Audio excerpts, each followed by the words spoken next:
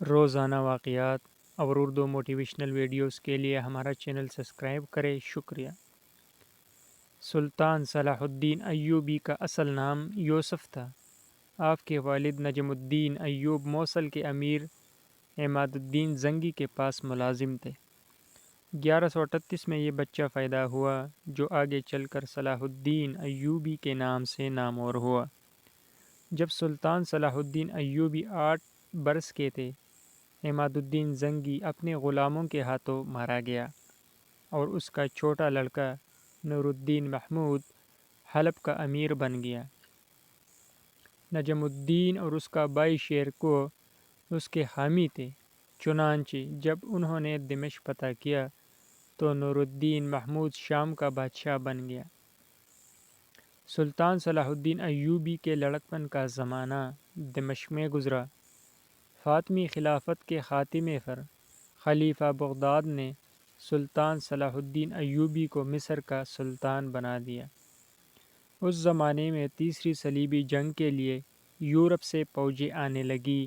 سلطان صلاح الدین ایوبی نے کئی جنگوں میں ان کو شکست دے دی اور 2 برس کے بعد 20 ستمبر 1187 کو بیت المقدس کے سامنے پہنچ گئے۔ طویل محاصرے کے بعد فتح حاصل ہوئی اور 4 اکتوبر 1187 کو 90 برس کے بعد مسلمانوں کا قبلہ پھر ان کے قبضے میں آ گیا۔ سلطان صلاح الدین ایوبی پہلا مسلمان بادشاہ تھا جس سے یورپ کے عیسائیوں کو سابقہ پڑا۔ سلطان نے عیسائیوں سے اس قدر عدل و احسان، رحم و کرم اور دریا دلی کا برتاؤ کیا کہ آج تک تاریخ اس کی تعریف میں رطب اللسان ہے۔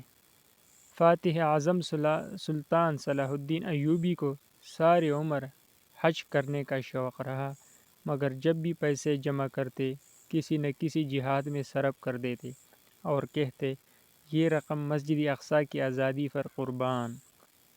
اس طرح کرتے کرتے آپ نے آخر 50 سال کی عمر میں مسجد اقصیٰ کو 12 لاکھ یہودیوں اور عیسائیوں کی فوج سے آزاد کرا دیا۔ سلطان بیت المقدس کو فتح کرنے کے بعد دمشق چلے گئے۔ آپ 1193 میں ٹھنڈ لگ جانے کی وجہ سے بیمار ہو گئے اور اسی حالت میں وفات پائی۔ اس وقت سلطان کی عمر 55 برس تھی۔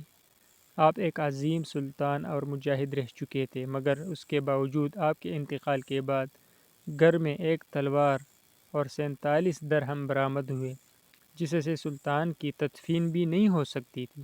چنانچہ قاضی نے آپ کے کفن اور تدفین کے اخراجات اپنی جیب سے ادا کیے تھے۔ اللہ سلطان صلاح الدین ایوبی کی مغفرت فرمائے، آمین ثم آمین۔ ہمارا چینل سبسکرائب کریں، شکریہ، مہربانی۔